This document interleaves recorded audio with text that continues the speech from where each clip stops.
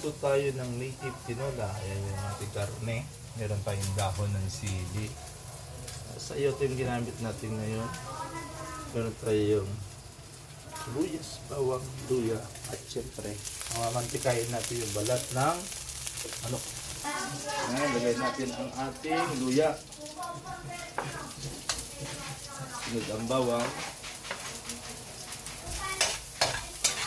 Tapos, sibuyas. Ilagay natin ang ating manok. Ayan, manilaw-nilaw. Talaga kapag sa native. Chicken cubes.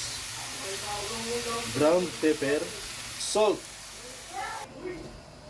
Yan ang ating soup base. Ilagay natin ngayon yung tanglad. Ang sayot. Tapos ng sayote ay ilagay ang dahon ng sili. Trigo. Ayan, kain na natin. Ating ulam. Kain na, Jenry. Jenry. Wow. Ito ang ating ulam. Tinolang native na manok.